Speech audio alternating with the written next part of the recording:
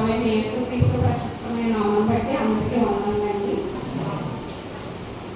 అందరూ కలిసి చెప్పండి, హల్లెలూయా. దేవునికి స్తోత్రం. మొదటిగా దేవునికి వందనాలండి.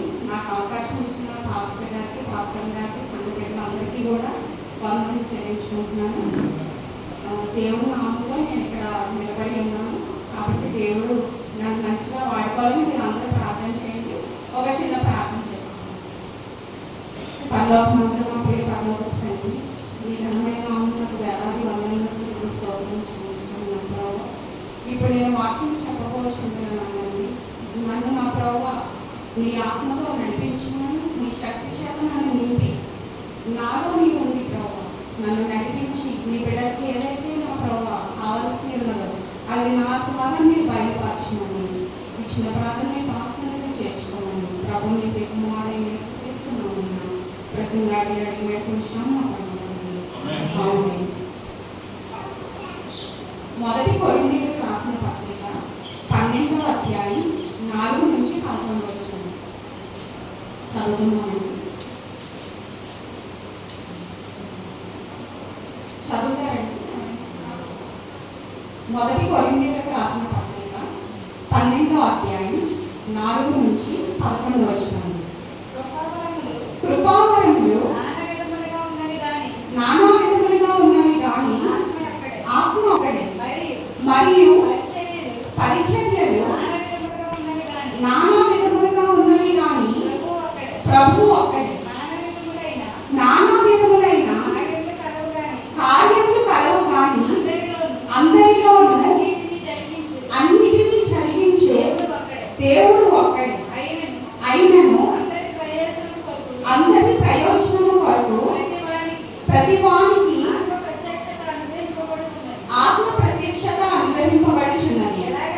ఏలయనగా ఒకరికి ఆత్మమూలముగా బుద్ధివాక్యమును, మరి ఒకరికి ఆత్మను అనుసరించిన జ్ఞానవాక్యమును, మరి ఒకరికి ఆత్మ వలననే విశ్వాసమును, మరి ఒకరికి ఆ ఒక్క ఆత్మ వలననే స్వస్థపరచు వరములను, మరి ఒకరికి అద్భుత కార్యములను చేయు శక్తియు, మరి ఒకరికి ప్రవచన వరమును, మరి ఒకరికి ఆత్మల వివేచనయు, మరి ఒకరికి నానావిధ భాషలను, మరి ఒకరికి భాషల అర్థము చెప్పు శక్తియు అనుగ్రహింపబడి ఉన్నది.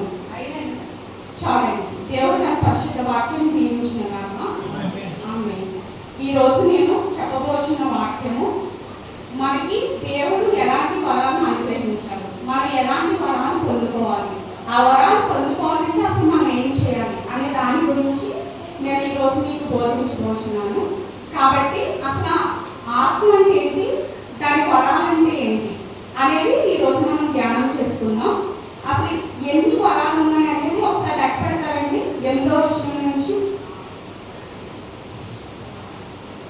ఏలయనగా ఒకరికి ఆత్మ మూలంగా బుద్ధివాక్యం ఒక వరం, జ్ఞానవాక్యం ఒక వరం, విశ్వాసం అనేది ఒక వరం, స్వస్థపరచు వరము, అద్భుత కార్యములు చేయు శక్తి, ప్రవచన వరం, ఆత్మల వివేచనయు, నానావిధ భాషలను, మరి ఒకరికి భాషల అర్థం చెప్పు శక్తియు అనుగ్రహింపబడేము. మొత్తము మనం క్యాలిక్యులేట్ చేసుకుంటే 9 వరాలు. అసలు 9 వరాలు అనేది మనం ఎలా పొందుకోవాలి అనే దాని గురించి మనం ధ్యానం చేద్దాము. ఇర్మియా గ్రంథము 24వ అధ్యాయం 7వ వచనం. ఫస్ట్ అసలు మనం వరం పొందుకోవాలంటే అసలు ఫస్ట్ మనం ఏం చేయాలి అనేది ఇర్మియా గ్రంథము 24వ అధ్యాయం 7వ వచనం.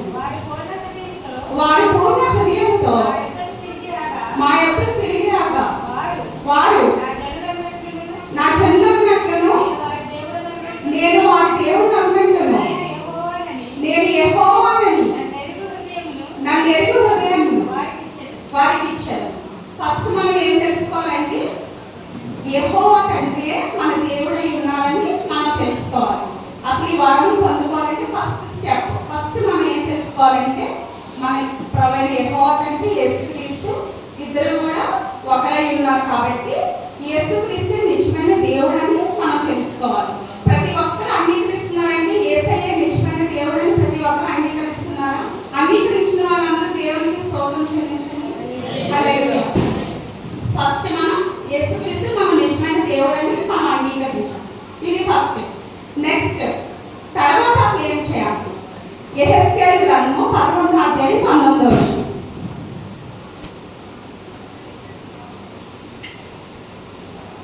యెహెజ్కేలు వారు నా కట్టడలను నా విధులను అనుసరించి గైకొనున్నట్లు నేను వారి శరీరములో నుండి రాతి గుండెని తీసివేసి వారికి మాంసపు గుండెను ఇచ్చి వారికి ఏక మనసు కలిగచేసి వారి యందు నూతన ఆత్మ పుట్టింది. సో రెండవదిగా ఏం చేయాలి అని అంటే మనము మనల్ని పరిశుద్ధపరచుకోవాలి. ఫస్ట్ దేవుణ్ణి మనం అంగీకరించి ప్రభువైన యేసుక్రీస్తుని మన దేవునిగా అంగీకరించిన తరువాత మనం ఏం చేయాలి అంటే మనలోని ఆత్మని మనం పరిశుద్ధపరచుకోవాలి. మనలో ఉన్న రాతి గుండెని తీసివేసి దేవుడు మనకి మాంసపు గుండెని ఇస్తాడని వాగ్దానం చేస్తున్నాం. మన హృదయాన్ని పరిశుద్ధపరచుకోవాలి. మనలో ఉన్న చెడంతటిని తీసివేయాలి. మనలో ఉన్న చెడు కార్యాలను అన్నింటినీ పక్కకు తీసిపెట్టి మనము ఒక కృప కలిగిన ఆత్మగా ఒక క్రిస్టియన్ ఎలా ఉంటారండి? మనం చూడగానే మనకు అర్థమైపోద్ది. ఒక మనిషిని చూడగానే వీళ్ళు ఎవరు, వీళ్ళ దేవుని మీద భయభక్తులు కలిగిన బిడ్డగా లేకపోతే అన్నిలో అనేది మనం చూడగానే మన క్రియను బట్టి ప్రతి ఒక్కరు గ్రహిస్తారు. చూడగానే ఏమంటారు? మీరు క్రిస్టియనా అండి అని అడుగుతారు. ఎందుకు అడుగుతారండి? మనలో ఉన్న దీనత్వం, మనలో ఉన్న కృప, మనలో ఉన్న దయ, మనలో ఉన్న కరుణ, మనలో ఉన్న సహాయం చేసే గుణం, మనలో ఎలాంటి చెడు భావం లేకుండా మనం ఎంత మనం చాలా ప్లెయిన్ హార్టెడ్గా మనం ఉంటాం. అలాంటి వారిని చూడగానే మాకు చెప్తారు మీరు క్రిస్టియన్స్ అండి అని అడుగుతారు. కాబట్టి అలాంటి హృదయాన్ని దేవుడు మనకు అనుగ్రహిస్తాడని, మనలో ఉన్న రాతి గుండెని తీసివేసి మనకు ఒక మాంసపు గుండెని ఇస్తాడని దేవుడు మనకి వాగ్దానం చేస్తున్నారు. అదే విధంగా దేవుడు మనకి ఆయన మనలో రాతి గుండెని తీసివేసి మాంసపు గుండెని ఇచ్చాడని కూడా మనం ప్రార్థన చేసుకోవాలి. ఎప్పుడైతే మన హృదయాన్ని మనం పరిశుద్ధపరచుకొని మన హృదయాన్ని ఎప్పుడైతే మనం పరిశుద్ధంగా ఉంచుకుంటామో అప్పుడు దేవుడు మనలోకి రావడానికి ఆయనకు ఆస్కారం ఉంటుంది. కాబట్టి మనము మంచి హృదయంతో ఉండాలి. ఫస్ట్ దేవుని అంగీకరించాలి. తర్వాత మన హృదయాన్ని పరిశుద్ధపరచుకొని పరిశుద్ధమైన హృదయంతో మనం జీవించాలి. తర్వాత మత్తయి సువార్త 11వ అధ్యాయం 28వ వచనం. మత్తయి సువార్త 11వ అధ్యాయం 28వ వచనం. ప్రయాసపడి భారీ మోసుకొనిచున్న సమస్త జనులారా నా యొద్దకు రండి, నేను మీకు విశ్రాంతి కలిగించేది. చాలండి. ఇప్పుడు మనం పరిశుద్ధపరచబడి ఉన్నాం. కాబట్టి మనలో ఎలాంటి కల్మషము లేదు. మనం ఎంత పరిశుద్ధంగా జీవిస్తున్నాం. అలాంటప్పుడు మనకి ఎన్ని కష్టాలు వచ్చినా కానీ మనం తట్టుకుంటాం, ఎన్ని బాధలు వచ్చినా కానీ మనం తట్టుకుంటాం. ఇవన్నీ తీసివేసి అప్పుడు మనం ఎలా ఉంటామంటే చాలా సంతోషంగా చాలా ఆనందంగా ఉంటాం. అంటే దేవుడు మనకి మన జీవితంలో మనకి విశ్రాంతిని అనుగ్రహించాలని మనం గ్రహించుకోవాలి. తర్వాత లూకా సువార్త 11వ అధ్యాయం 13వ వచనం. లూకా సువార్త 11వ అధ్యాయం 13వ వచనం. పరలోకమందున్న మీ తండ్రి తన్ను అడుగు వారికి పరిశుద్ధాత్మను ఎంతో నిశ్చయముగా అనుగ్రహించునని. ఇప్పుడు మనము దేవుణ్ణి మన సొంత రక్షకునిగా అంగీకరించి మన హృదయాన్ని పరిశుద్ధపరచుకొని మనం ఎంతో మనశ్శాంతి కలిగి జీవించినప్పుడు మనము పరిశుద్ధాత్మ మనకు కావాలని అడిగినప్పుడు ఆయన ఖచ్చితంగా మన పరలోకమందున్న మన తండ్రి ఖచ్చితంగా మనకి పరిశుద్ధాత్మను అనుగ్రహిస్తారు. ఈ పరిశుద్ధాత్మ మనం పొందుకున్న తరువాత మనకి ఏమొస్తుంది? అసలు మనకు ప్రతిఫలం ఏంటి? ఈ పరిశుద్ధాత్మని పొందుకుంటే మనకి ఏంటి అనేది యోహాను సువార్త 10వ అధ్యాయం 28వ వచనం. యోహాను సువార్త 10వ అధ్యాయం 28వ వచనం. నేను వాటికి నిత్య జీవం ఇచ్చుచున్నాను కనుక అవి ఎన్నటికీ నశింపవు. ఎవడునో వాటిని నా చేతిలో నుండి అపహరింపడు. చాలా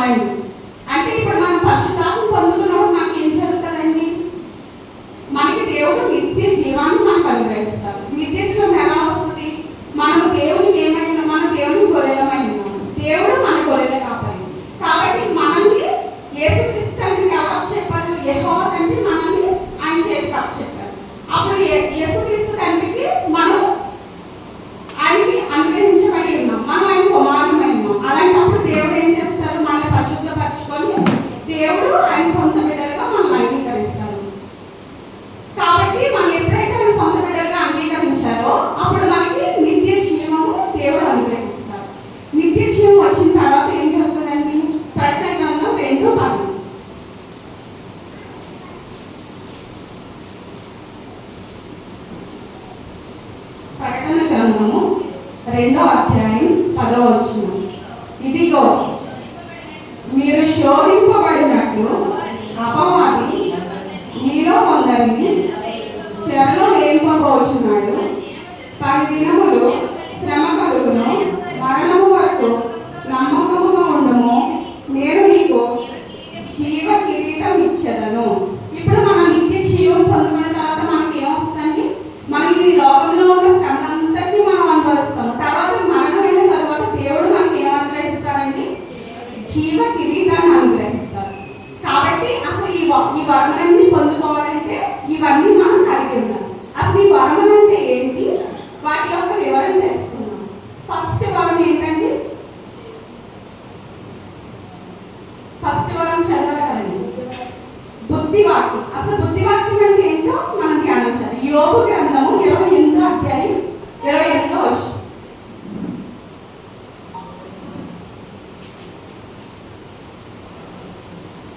యోబు గ్రంథము 28వ అధ్యాయం 28వ వచనం.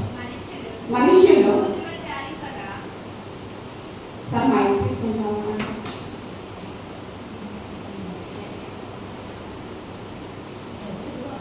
మరియు యెహోవానందలి భయభక్తులే జ్ఞానమనియు దుష్టత్వమును విడిచుటయే వివేకమనియు ఆయన నరులకు సెలవిచ్చెను.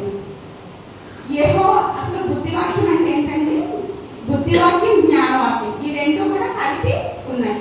బుద్ధివాక్యం, జ్ఞానవాక్యం అంటే ఏంటి అని అంటే యెహోవానందలి భయభక్తులే జ్ఞానం అని. యెహోవానందు భయభక్తులు కలిగి ఉండటమే మన జ్ఞానం. యెహోవాను ఎప్పుడైతే భయభక్తులు కలిగి మనం జీవిస్తామో, ఈ బైబిల్లో ఉన్నవన్నీ మనం ఎప్పుడైతే పాటిస్తామో ఖచ్చితంగా మనలో జ్ఞానం ఉంటుంది. దేవుడు మనకు జ్ఞానాన్ని అనుగ్రహిస్తారు. దుష్టత్వం విడిచితే వివేకమని ఆయన నరులకు సెలవించింది. ఎప్పుడైతే మనం ఈ దుష్టత్వాన్ని అంతటిని విడిచిపెడతామో మనం ఎంతో వివేకంగా ప్రవర్తిస్తాము. కాబట్టి బుద్ధివాక్యం, జ్ఞానవాక్యం అనేవి ఏంటి అని అంటే చూడండి, కొంతమంది ప్రవక్తలు, ఎంతో మంది ప్రవక్తలు ప్రవచిస్తూ ఉంటారు. వాళ్ళు ఏం చెప్తారు? మీ మీద ప్రార్థన, మీరు కొంతమంది భక్తుల దగ్గరికి వెళ్ళడం మీకోసం ప్రార్థన చేస్తూ ఉంటారు. వాళ్ళు ప్రార్థన చేసినప్పుడు మీకు మీ మీద చేపెట్టి ప్రార్థన చేసినప్పుడు కొంతమంది భక్తులు చెప్తూ ఉంటారు, అమ్మ మీ గత జీవితంలో ఇది జరిగింది అనేసి చెప్తారు. అదేంటి అని అంటే గత జీవితంలో జరిగేది వాళ్ళు ప్రవచించినప్పుడు దాన్ని బుద్ధివాక్యం అంటారు. రాబో కాలంలో మీ జీవితంలో ఏది జరుగుతుంది అని తెలుసుకోవాలి అంటే మనం జ్ఞానవాక్యం అనే వరాన్ని పొందుకొని ఉండాలి. జ్ఞానవాక్యం అనే వరం అంటే ఏంటి అని అంటే రాబో కాలంలో మీకు ఏది జరుగుతుందో దేవుడు భక్తులు తెలియజేస్తే వారు మీకోసం ప్రవచిస్తారు. మీ జీవితకాలంలో ఇలా జరుగుతుందమ్మా, ఇలా జరిగింది, ఇది జరగబోతుంది అనేది వారు ప్రవచిస్తారు. అలాంటి దాన్ని జ్ఞానవాక్యం అంటారు. ఇప్పుడు బుద్ధివాక్యం, జ్ఞానవాక్యం రెండింటి గురించి మీకు క్లారిటీగా ఉందని అనుకుంటున్నాను. నెక్స్ట్ విశ్వాసం. నెక్స్ట్ వారం వచ్చేసి విశ్వాసం. హెబ్రీయులకు రాసిన పత్రిక 11వ అధ్యాయం 1వ వచనం. విశ్వాసం అన్నది నిరీక్షింపబడు వాటి యొక్క నిజ స్వరూపమును, అదృశ్యమైన వాటిని నున్నవనుటకు రుజువునై ఉన్నది. అసలు విశ్వాసం అంటే ఏంటంటే నిజంగా యేసయ్య మనందరికీ కనిపించారండి. నిజంగా ఆయన దేవుడని మనం ఎలా నమ్ముతున్నామండి? మనలో విశ్వాసం అనే వరం ఉంది కాబట్టి ఆయన నిజమైన దేవుడని మనం ఒప్పుకుంటున్నాం. ఆయన నిజమైన దేవుడని ఎప్పుడైతే మనం ఒప్పుకుంటామో మన జీవితంలో ఖచ్చితంగా దీవెనలు అనేవి కలుగుతాయి. ఈ వరాలన్నీ కూడా మన జీవితంలో పనిచేయాలి అనేది ఖచ్చితంగా మనం విశ్వాసం కలిగి ఉండాలి. నెక్స్ట్ స్వస్థపరచు వరం. మత్తయి సువార్త 10వ అధ్యాయం 1వ వచనం. ఆయన తన 12 మంది శిష్యులను పిలిచి అపవిత్రాత్మలను వెళ్ళగొట్టుటకు, ప్రతి విధమైన వ్యాధిని స్వస్థపరిచుటకు వారికి అధికారం ఇచ్చాను. ఆయన 12 మంది శిష్యులందరికీ కూడా ఏమేమి వరాలు అనుగ్రహించారండి? ప్రతి విధమైన రోగములను, ప్రతి విధమైన వ్యాధిని స్వస్థపరిచుటకు వారికి అధికారం ఇచ్చాను. అపవిత్రాత్మను వెళ్ళగొట్టుటకు కూడా. ప్రవీణ యేసుక్రీస్తు తండ్రి ఈ లోకంలో ఉన్నప్పుడు ఆయన శిష్యులుగా పిలువబడిన 12 మంది శిష్యులు అందరికీ కూడా దేవుడు ఈ వరాన్ని అనే దాన్ని అనుగ్రహించారు. స్వస్థపరిచే వరాన్ని దేవుడు అనుగ్రహించాలని ఇక్కడ బైబిల్ మనకి బోధిస్తుంది. మార్కు సువార్త 3వ అధ్యాయం 15వ వచనం. మార్కు సువార్త 3వ అధ్యాయం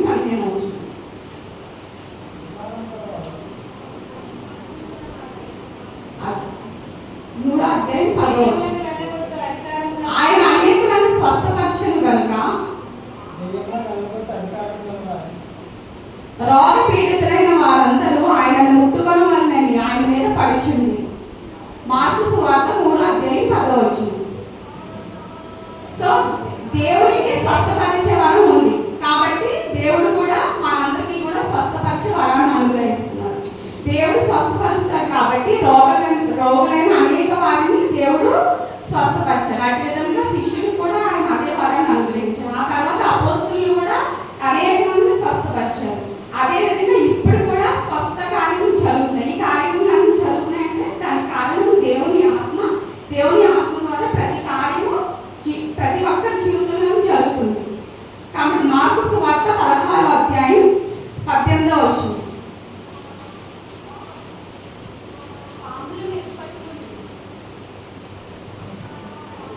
16:18 పాములను ఎత్తుపట్టి వందురు, మరణకరమైనది ఏది త్రాగినను అది వారికి హాని చేయదు. రోగుల మీద చేతులు వచ్చినప్పుడు వారు స్వస్థత నొందురని వారితో చెప్పాను. అంటే స్వస్థ వరం అనేది బైబిల్లో ఉంది. దేవుడు అది ప్రతి ఒక్కరికి అనుగ్రహించారు. దీన్ని బట్టి నెక్స్ట్ అద్భుత కార్యములు ఎలా ఉన్నది మనం ధ్యానం చేద్దాం. అపోస్తల కార్యములు 3:7. వాని కుడి చేయి పట్టుకొని లేవనెత్తి వెంటనే వాని పాదములను చీరమండలను బలము పొందేది. వాడు దిక్కున లేచి నిలిచి నడిచెను. నడుచుచు గంతులు వేయచ్చు దేవుని స్తుతించుచు వారితో కూడా దేవాలయంలోనికి వెళ్ళాడు. పేతురు గారు శృంగారం అనే దేవాలయం ఉండగా వెళ్ళుచుండగా ఒక పక్షవాతంతో ఉన్న ఒక ఆయన పక్కన రోడ్డు పక్కన ఉన్నారు. అప్పుడు పేతురు గారు ఎలా స్వస్థ చేశారంటే ఆయన ఈ కుంటి వారు భిక్షమాడుకోవడానికి దేవాలయంలో కూర్చుంటారు కదండి. అక్కడ ఒక అతను కూర్చుని ఉంటే పేతురు స్వస్థత అనుగ్రహించారండి. ఎలా ఆయన కుడి చేతిని పట్టుకొని లేవనెత్తినప్పుడు వెంటనే ఈ పక్షపాతం ఉన్న ఆయన పాదములను చీరమండలములను బలము పొందింది. కాబట్టి వెంటనే అతను దిగున లేచి నిలిచి నడుచుచు గంతులు వేయచ్చు దేవుని స్తుతించుచు వారితో కూడా దేవాలయంలోకి వెళ్ళింది. అంటే అద్భుత కార్యములు ఖచ్చితంగా ఉన్నాయి, అవి జరుగుతున్నాయి. స్వస్థ వరం అనేది ఉంది. ప్రతి ఒక్కరు కూడా విశ్వాసం కలిగి ప్రార్థన చేస్తే ప్రతి ఒక్కరు కూడా స్వస్థత పొందుతారు ఖచ్చితంగా. ఇలా ఎలా అయితే పక్షవాతం కలిగిన వారిని స్వస్థపరిచిన దేవుడు మనల్ని కూడా స్వస్థపరుస్తారు. అలాగే అపోస్తల కార్యములు 13:11.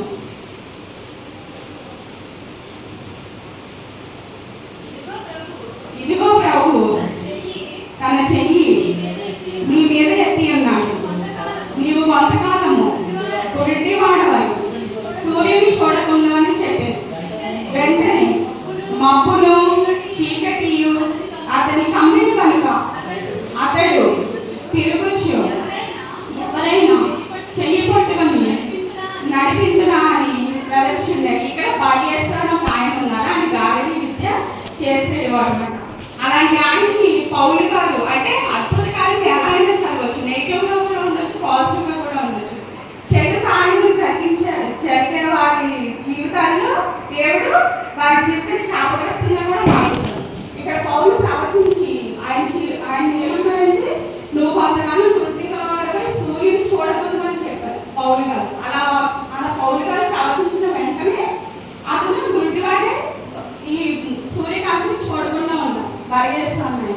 కాబట్టి ఎలా అయినా జరుగుతాయి. మా భక్తులు ప్రవచించినప్పుడు ఖచ్చితంగా అది నెగిటివ్ అయినా జరుగుతుంది, పాజిటివ్గా వారు మాట్లాడితే పాజిటివ్గా జరుగుతుంది, నెగిటివ్గా వారు మాట్లాడితే నెగిటివ్గా జరుగుతుంది. పాజిటివ్గా అంటే ఎప్పుడు జరుగుతుంది? మనం మంచిగా ఉండి మన జీవితం మంచిగా ఉంచుకుంటే ఖచ్చితంగా కూడా దేవుడు మన జీవితంలో మంచి కార్యాలు జరిగిస్తారు.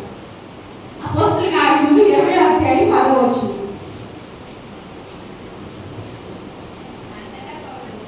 అంతటా పౌలు క్రిందికి వెళ్ళి అతని మీద పడి కౌగిలించుకొని మీరు తొందరపడుకుడి, అతని ప్రాణం అతనిలో ఉన్నదని వారితో చెప్పాను. చాలండి లేచాడు. అంటే యేసుక్రీస్తు ప్రభు గారు ఈ లోకాన్ని విడిచిపెట్టేసి వెళ్ళిన తరువాత అపోస్తలులు అనే వాడు ఈ లోకంలో ఉన్నప్పుడు దేవుడు వాళ్ళు కూడా అపోస్తలులు కూడా ఎన్నో అద్భుత కార్యాలు, ఎన్నో ఆశ్చర్య కార్యాలు జరిగించారు. ఈవెన్ చనిపోయిన వారిని సైతము వాళ్ళు లేవనెత్తారు. అలాంటి ఇక్కడ చనిపోయిన ఒక యవనస్తుని పౌలు గారు తిరిగి లేపడాన్ని మనం ఇక్కడ గమనిస్తాము. అలానే అపోస్తల కార్యము 28వ అధ్యాయం 5వ వచనం.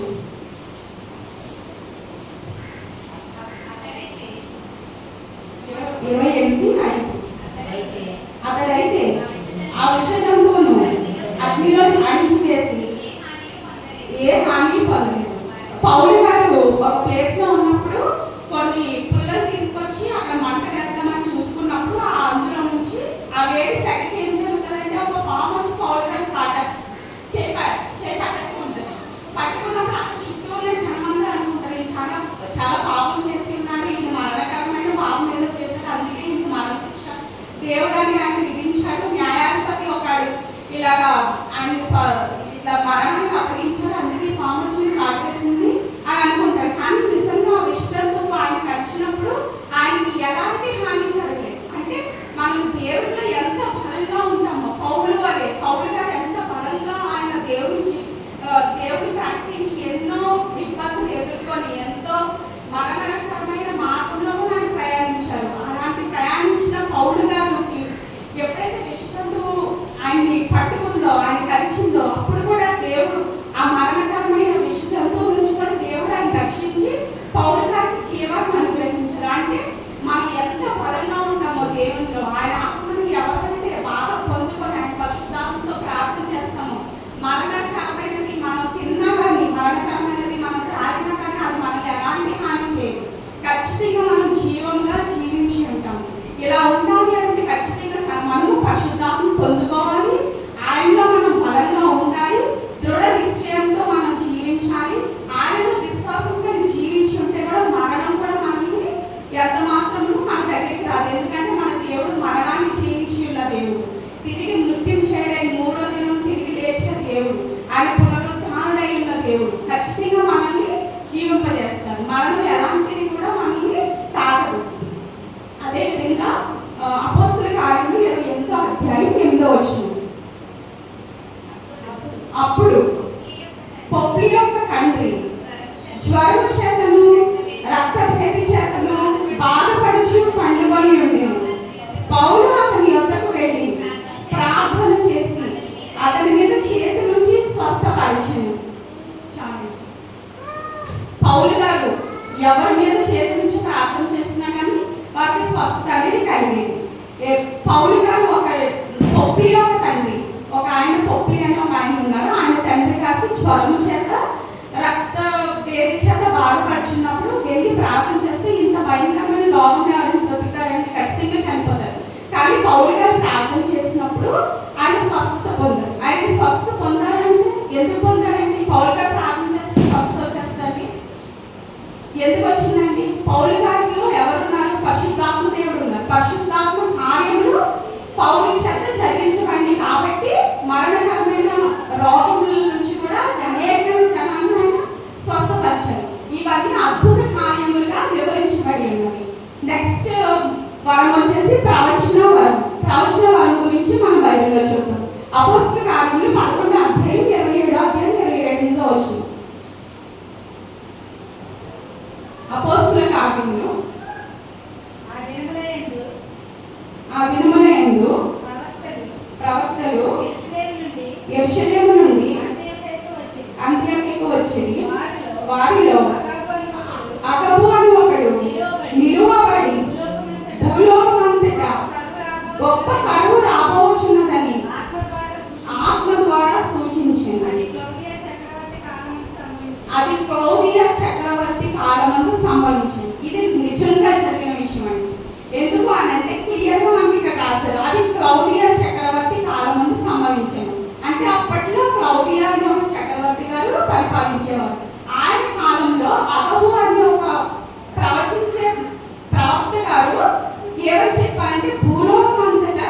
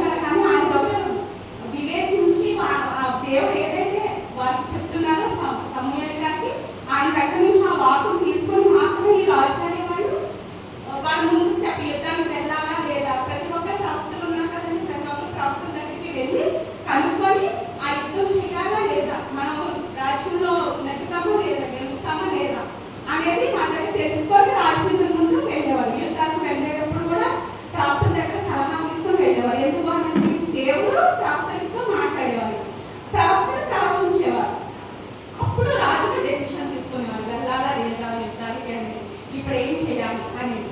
కాబట్టి మనం ప్రార్థన చేసి దేవుని దగ్గర వేడుకుంటే ఖచ్చితంగా మన జీవితంలో మనం ఏం చేయాలి అనేది కూడా దేవుడు మనకు ఖచ్చితంగా బోధిస్తారు. అప్పుడు బోధించినప్పుడు ఈ కార్యం జరుగుతుందా లేదని దేవుడి దగ్గర మనం ప్రార్థన చేసి తెలుసుకోవాలి. తెలుసుకుని దేవుడు ఖచ్చితంగా చెప్తారు.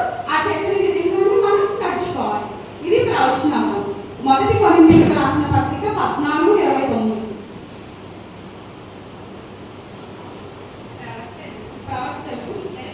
ఇద్దరు ముగ్గురు మాట్లాడవచ్చు, తక్కిన వారు వివేచింపవలెను. అయితే కూర్చున్న మరి ఒకరికి ఏదైనా బయలుపరచబడిన ఎడల మొదటి వాడు మౌనంగా ఉండవలను. అందరూ నేర్చుకున్నట్లను, అందరూ హెచ్చరిక పొందినట్లను, మీరందరూ ఒకరి తర్వాత ఒకడు ప్రవచింపవచ్చు. చాలండి. ఖచ్చితంగా ప్రవచన వరం అనేది కూడా బైబిల్లో ఉంది, బైబిల్లో జరిగింది. అదే ప్రవచన వరం ఎందుకు అనేది పాస్టర్ గారు ఎప్పుడైనా చెప్పినప్పుడు ఇది చెయ్యండి, ఈ కార్యం జరిగించండి అని చెప్పినప్పుడు మనం అది చేయాలి. ఎందుకంటే అది దేవుని చేత బోధింపబడింది. మనం హెచ్చరించబడతాము. ప్రవచించినప్పుడు ప్రవక్తలు ప్రవచించినప్పుడు మనం హెచ్చరించబడతాము, మనం నేర్చుకుంటాము. దేవుని యొక్క నుండి వచ్చే వాక్యంగా మనం తెలుసుకొని దాన్ని బట్టి మనం నడుచుకోవడం కోసం ఈ ప్రవచనం అనేది దేవుడు మనకి అనుగ్రహించారు. ఎఫెసీయులకు రాసిన పత్రిక 4:13. పరిశుద్ధులు సంపూర్ణులైనట్లు క్రీస్తు శరీరము క్షేమాభివృద్ధి చెందుటకును పరిచర్య ధర్మము జరుగుటకును ఆయన కొందరికి అపోస్తలుగాను, కొందరిని ప్రవక్తలుగాను, కొందరిని స్వార్థికులను గాను, కొందరిని కాపరులను గాను, ఉపదేశకులను గాను నియమించాను. ఎలా అంటే కొంతమందిని ప్రవచించడానికి, కొంతమంది అపోస్తలుగా, కొంతమంది ప్రవక్తలుగా, కొంతమంది స్వార్థికులుగా, కొంతమంది కాపరులుగా కూడా దేవుడు, కొంతమంది ఉపదేశకులుగా కూడా దేవుడు నియమించాడు. ఈ విధంగా దేవుడు ప్రవచించే వారిని దేవుడు ఏర్పాటు చేసుకున్నారు. అదేవిధంగా నెక్స్ట్ వరం చూసినట్లయితే ఆత్మల వివేచన వరం. అసలు ఆత్మలు మనం ఎలా వివేచించాలి? అది మంచి ఆత్మ, చెడు ఆత్మ. చూడండి, నిజంగా కొంతమంది ప్రవచిస్తారు. ఇట్లా బయట మీరు చూసినట్లయితే కొంతమంది అన్యులు కూడా ప్రవచిస్తూ ఉంటారు. అది నిజమో కొంతమంది మన క్రిస్టియానిటీలోనూ ప్రవచించే వాళ్ళు ఉన్నారు, అన్యుల్లోనూ ప్రవచించేవాళ్ళు. అన్యుల్లో ఎందుకు కొంతమంది అన్యులు ప్రవచించేటప్పుడు కూడా కొన్ని కార్యాలు జరుగుతుంటాయి. అది ఎందుకు జరుగుతుంది? అది దురాత్మ వల్ల. దురాత్మ కూడా తెలుసు కదండి అసలు లోకం ఏం జరుగుతుంది ఏంటి. ఎందుకంటే అది కూడా మన దేవుడి యొక్క నుంచి దేవుడు బయటకి ఎంటువే పడితే లూసిఫర్ అనే దేవతకు కొంతమంది వేల సైన్యంతో కిందకి దేవుడు తోస్తారు. అలాంటి సాతాను కూడా ప్రతిదీ తెలుసండి. మాకు సాతానికి ఏమి తెలియదు అని మనం అనుకుంటాం, కానీ సాతాను కూడా ఏం జరుగుతుందో ఏంటో ప్రతిదీ తెలుసు. చాలా మంది ఏమన్నా అదే ఆవిడ చాలా ప్రవచిస్తుంది, ఆవిడ దగ్గరికి వెళ్తే అన్నీ చెప్తుంది అది దాన్ని అనుకుంటాం. కానీ మనం ఎప్పుడు కూడా హిందూ ఆచార ప్రకారంగా మనం ఎప్పుడు కూడా వెళ్ళకూడదు. అన్ని ఆచార ప్రకారాలు ఎప్పుడు కూడా మనం పాటించకూడదు. తాయితులు కట్టుకోవడం, ఇలాగ చాలా మంది పూజలు చేసుకోవడం, తాయితు కట్టుకుంటే జ్వరం తగ్గుతుంది, ఇలాంటివి చాలా ఉంటాయండి. మన లోపల నమ్మకాలు చాలా ఉన్నాయి. చాలా మంది కాళ్ళకు చూస్తే నల్లతాళ్ళు కనిపిస్తాయి, చేతులకు చూస్తే ఎర్రతాళ్ళు, పసుపు తాళ్ళు, ఇలాంటివి చాలా మంది కట్టుకుంటారు. మన సంఘంలో ఎవరైనా ఉన్నారంటే అలా కట్టుకున్న వాళ్ళు జ్వరం తగ్గిపోద్ది, ఆవిడ దగ్గరికి వెళ్ళి తాయితు కట్టించుకుంటే అలాంటి వాళ్ళు ఎవరైనా ఉన్నారండి దయచేసి ఎవరు పెట్టకండి. ఎందుకంటే ఎప్పుడైతే మీరు ఆ తాయితులు కానీ అలాంటివి ఏమైనా కట్టుకున్నారంటే ఖచ్చితంగా దానితో పాటు ఒక దురాత్మ, దుష్ట శక్తి అనేది మన ఇంట్లోకి వచ్చేస్తుంది. ఎప్పుడైతే అది వస్తుందో మనకు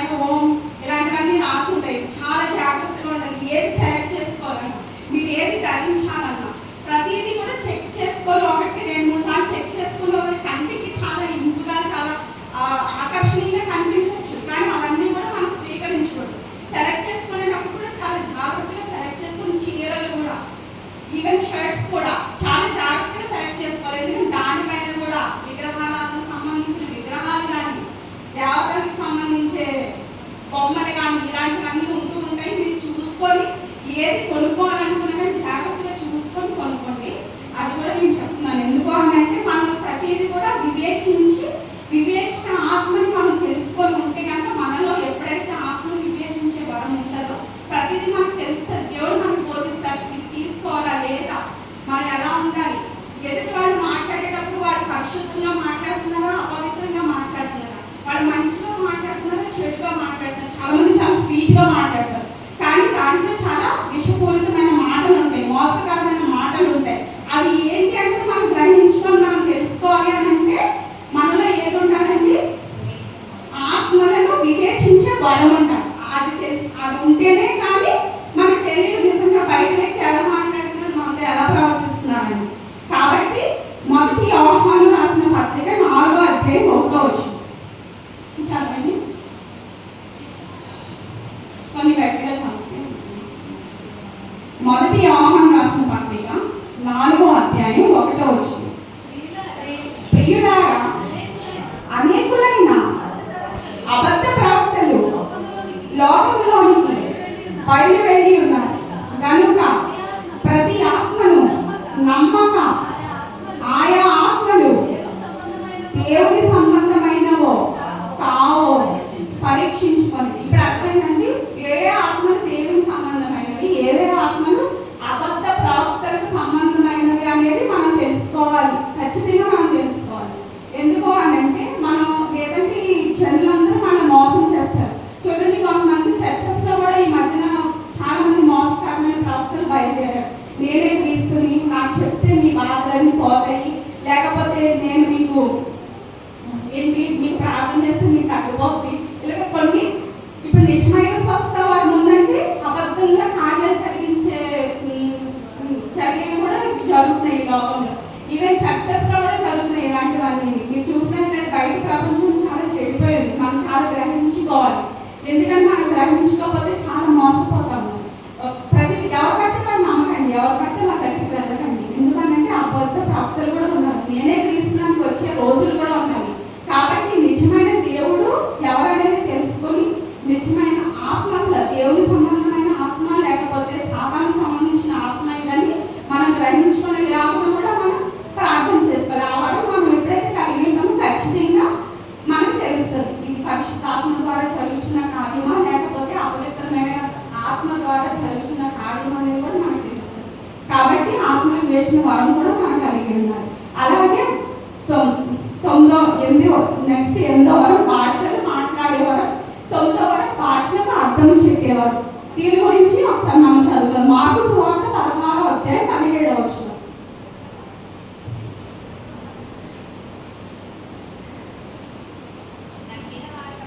నమ్మిన వారి వలన ఈ సూచక క్రియలు కనబడును, ఏవనగా నా నామమున దయ్యములను వెళ్ళగొట్టుదురు, కొత్త భాషలు మాట్లాడుదురు,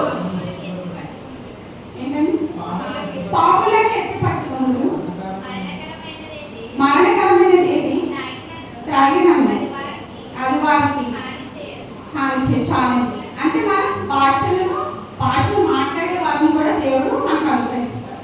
ఈ భాషను మాట్లాడడం వల్ల ఉపయోగం ఏంటి అని అంటే అది పరలోకపు భాష, అది మన భాష కాదు, ఈ ప్రపంచంలో మాట్లాడే భాష కాదు. కొంతమంది అన్ని భాషలతో మాట్లాడతారు, కొంతమంది అనుకుంటారు అన్ని భాషలు మాట్లాడుతున్నారు కానీ అనుకుంటారు. కానీ కొంతమంది దుష్ట శక్తి ఆవరించడం వల్ల కూడా ఆ భాష మాట్లాడుతూ ఉంటారు. అది కూడా మనం గ్రహించుకోవాలి. అది కూడా నిజంగా ఈ పరిశుద్ధాత్మ పరలోక భాష మాట్లాడతారేమో అని అనుకుంటారు, కానీ అలా మనం గ్రహించుకుంటే మనకు అర్థమవుతుంది. ఎప్పుడైతే పరిశుద్ధాత్మ మనలో ఉన్నారో ఖచ్చితంగా వాళ్ళు ఏ భాష మాట్లాడుతున్నారు, పరలోకపు భాష మాట్లాడుతున్నారా లేదా అపవిత్ర ఆత్మ చేత పీడింపబడుచు దాని భాష ఏమన్నా మాట్లాడుతున్నారు అనేది కూడా మనకు తెలుస్తుంది. కాబట్టి మనం ఖచ్చితంగా పరలోకపు భాష మాట్లాడడానికి కూడా మనం ప్రార్థన చేసుకోవాలి. ఖచ్చితంగా దేవుడు మనకు అనుగ్రహిస్తారు. కాబట్టి మా జీవితంలో మేము కూడా ప్రతి ఒక్కరం కూడా పరిశుద్ధాత్మతో ప్రార్థన చేసుకుంటే మా జీవితంలో ఎన్నో కార్యాలు జరిగింది, ఎన్నో అద్భుత కార్యాలు జరిగింది. దేవుడు నాకు చిన్న వయసులోనే, నేను 7వ తరగతి చదువుతుండగా నా తల్లిదండ్రులు పవర్ మినిస్ట్రీకి వెళ్ళినప్పుడు Jesus calls power ministry doctor DGS Dhinakaran గారు, డాక్టర్ పవర్ దినకరన్ గారు విశాఖపట్నంలో పెట్టినప్పుడు నా తల్లిదండ్రులు ఇద్దరు పవర్ మినిస్ట్రీకి వెళ్ళారు.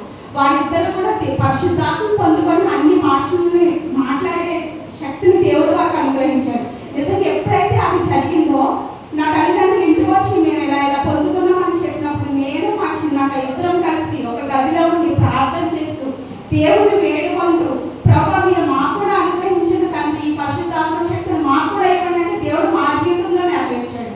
మాకు కూడా అన్ని భాషలు అనుగ్రహించాడు. మాకు కూడా ఈ జీవితం ఎన్నో శాతం సంబంధించింది. కానీ మేము ఎప్పుడు కూడా వెనక్కి తిరగలేదు, ఎప్పుడు సాతాన్ని అనుసరించలేదు. మేము దేవా నాకు ఎన్ని కష్టాలు వచ్చినా కానీ మేము నీ పాదం దగ్గరే ఉంటాం తండ్రి అని మేము ఎప్పుడు కూడా వేడుకొని వాళ్ళు ఎన్నో కష్టాలు ఉన్నాయి, ఎన్నో బాధలు ఉన్నాయి, ఎన్నో రుగ్మతలు ఉండగా మేము వెళ్ళినప్పుడు దేవుడు మమ్మల్ని ఈ రీతిగా ఇప్పుడు మేము ఇలా నిలుచుండి మీ ముందు మేము ఇలా చెప్తున్నామంటే కానీ కారణం దేవుని శక్తి అండి. దేవుని పరిశుద్ధాత్మ శక్తిలో మేము ఎప్పుడు ప్రార్థన చేస్తూ ఉంటాము. ఖచ్చితంగా దేవుడు మా జీవితంలో ఎన్నో అద్భుత కార్యాలు ఆశ్చర్యాలు జరిగించారు. ఆయన ఈయన బైబిల్లో రాయడమే కాదండి, ఈ బైబిల్లో ఉన్న ప్రతి కార్యము కూడా మా జీవితంలో జరిగింది. సాక్షిగా మేము నిలబడి చెప్తున్నాము అంటే ఏంటి అని అంటే మేము ఎన్నో ఎదుర్కొన్నాం, కానీ ప్రతి దాంట్లో కూడా మేము క్రీస్తులో నిలబడబట్టే మేము ఈరోజు ఇలా ఉన్నాము. ఎప్పుడో మరణించేవాళ్ళమండి మేము. ఎన్నో కష్టాలు వచ్చినాయి మాకు, ఎంతో అవమానాలు కూడా పొందుకున్నామండి మేము అందరం. కానీ ఈ అవమానాలన్నీ దేవుడు తీసివేసి ఈ రోజు మమ్మల్ని కనపరిచాడు దేవుడు. అందరూ ఎదుట మేలులతో నింపిన బిడ్డల వల్లే, మేలుతో నింపిన కుటుంబం వల్లే మేము ఈ రోజు నిలుచున్నామండి. ఇలా నిలుచున్నామంటే దానికి కారణం ఏంటో తెలుసా అంటే మేము పరిశుద్ధాత్మ పొందుకొని ఆయనలో ఉండి ఆయనలో జీవించి ప్రార్థన చేస్తే దేవుడు ఖచ్చితంగా మమ్మల్ని ఇలా నిలబెట్టాడు. దానికి నిదర్శనం ఏమేనండి, మేము మా కుటుంబం. కాబట్టి ప్రతి ఒక్కరు కూడా భాషను మాట్లాడాలి. ఆ భాష మాట్లాడాలంటే ఎలా అని కూడా మీరు అనుకోవద్దు. ఇవన్నీ ఫాలో అయితే ఖచ్చితంగా దేవుడిని మనం ఎరిగిన బిడ్డలు కాబట్టి దేవుడు ఖచ్చితంగా మన జీవితంలో ఈ కార్యాన్ని మనం చెప్పిస్తారు. కాబట్టి ఈ భాషలన్నీ మాట్లాడే వారాన్ని కూడా మీరు అందరూ పొందుకోవాలని మేము ఆశిస్తున్నాము. అలాగే అపోస్తల కార్యం 2వ అధ్యాయం 4వ వచనం చదువుతారని. అపోస్తల కార్యములు 2వ అధ్యాయం 4వ వచనం. అందరూ పరిశుద్ధాత్మతో నిండిన వారై ఆత్మ వారికి వాక్శక్తి అనుగ్రహించిన కొలది అన్య భాషలతో మాట్లాడసాగి. అన్య భాషలు ఎప్పుడు వస్తాయండి? ఫస్ట్ మనం పరిశుద్ధాత్మతో నిండిన వారమై ఉండాలి. పరిశుద్ధాత్మతో నిండిన వారమై ఉండాలి అంటే మన జీవితంలో ఎలాంటి పాపం ఉండదు. ఈ లోకానుసారం ఎన్నో పాపం చేస్తుంది. దేవుడి దగ్గర మనం మొరపెట్టుకోవాలి, ప్రభు నన్ను శుద్ధిపరచు, నన్ను పరిశుద్ధపరచు, నాకు నా ప్రభు అన్ని భాషలతో మాట్లాడే వరం నాకు అనుగ్రహించండి. మీరు ఈ రోజు నుంచి మీరు ప్రార్థన చేయండి. ఖచ్చితంగా దేవుడు మీకు అన్ని భాషలని వరాన్ని కూడా దేవుడు మీకు అనుగ్రహిస్తారు. నెక్స్ట్ అపోస్తల కార్యములు 10వ అధ్యాయం 46వ వచనం.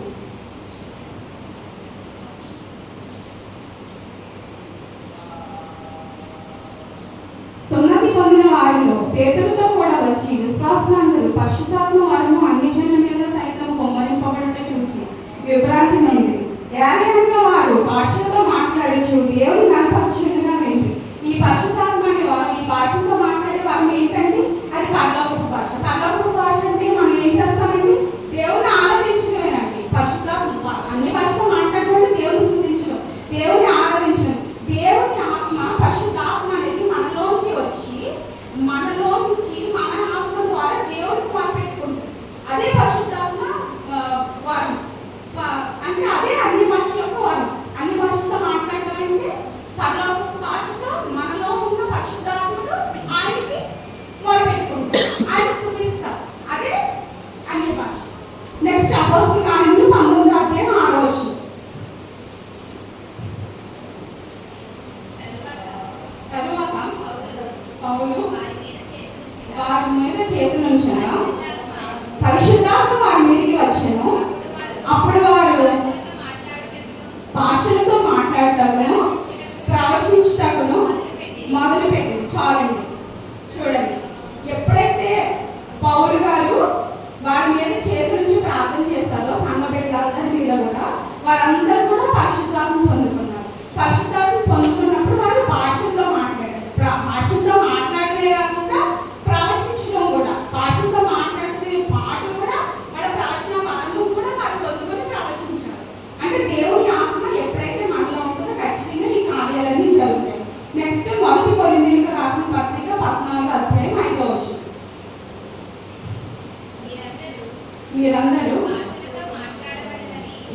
భాషలతో మాట్లాడవలనని కోరుచున్నాను కానీ మీరు ప్రవచింపవలనని మరి విశేషంగా కోరుచున్నాను. చాలు. మీరు భాషతో మాట్లాడటమే కాదు, ప్రవచించాలి. దాని యొక్క ఈ భాషని ఎప్పుడైతే మాట్లాడతారో మాట్లాడేటప్పుడు దానికి అర్థం చెప్పే వారు కూడా కావాలని మనం అడగాలి దేవుడిని. అప్పుడు ఖచ్చితంగా ఆ భాష యొక్క అర్థం ఏంటో కూడా దేవుడు మనకు బోధిస్తారు. అప్పుడు ఎప్పుడైతే అర్థం మనకు తెలుస్తుందో దేవుడితో మనకి సంబంధం అనేది ఇంకా దగ్గరగా ఉంటుంది. అప్పుడు ఎప్పుడైతే దేవుడితో మనం ఎక్కువ సంబంధం కలిగి జీవించామో ఖచ్చితంగా ఈ లోకంలో ఏం జరుగుతుంది, ఏం జరగబోతుంది, ప్రతి ఒక్క మనుషులు ఎలా జీవిస్తున్నారు ఏంటి ప్రతి ఒక్కటి కూడా దేవుడు మనకు బోధిస్తారు. కాబట్టి ప్రతిదీ కూడా చాలా అర్థవంతమైన వరమంటిది. ప్రతి ఒక్కరు కూడా భాషతో మాట్లాడమే కాకుండా దాని అర్థం చెప్పే వరం కూడా పొందుకోవాలని ప్రార్థన చేయాలి. ఖచ్చితంగా దేవుడు ఈ 9 వరాలన్నింటినీ కూడా మన జీవితంలో మనకు అనుగ్రహిస్తారు. దేవుడు మన జీవితంలో ఈ వరాలన్నీ మనకు అనుగ్రహించాలంటే ఖచ్చితంగా మనం ఫస్ట్ యేసయ్యే నిజమైన దేవుడని మనం గ్రహించాలి, మనం నమ్మాలి. తర్వాత మనం ఏం చేయాలంటే మన హృదయాన్ని పరిశుద్ధపరచుకోవాలి. మన హృదయాన్ని పరిశుద్ధపరచుకున్న తర్వాత ప్రతి శోధన నుండి మనం విడిపించబడతాం. ఆ తర్వాత మనకి ఏమవుతుందండి, నిత్య జీవం అనేది మనకు అనుగ్రహించబడుతుంది. ఎప్పుడైతే దేవుడు మనకు నిత్య జీవాన్ని అనుగ్రహించి మనల్ని ఆయన బిడ్డలుగా స్వీకరించాలో అప్పుడు దేవుడు మనకి ఏమనుగ్రహిస్తారంటే జీవ కిరీటాన్ని అనుగ్రహిస్తారు. ఈ జీవ కిరీటం మనం పొందుకునేలాగా దేవుడు మన జీవితంలో ఈ వరములు అనేవి ప్రతి ఒక్క వరాన్ని దేవుడు మన జీవితంలో మనకు అనుగ్రహించిన మాట. ఆమె దేవుడు తన పరిశుద్ధ వాక్యం తన బిడ్డలో దీవించి కాపాడి ఆశీర్వదించిన ఆమె.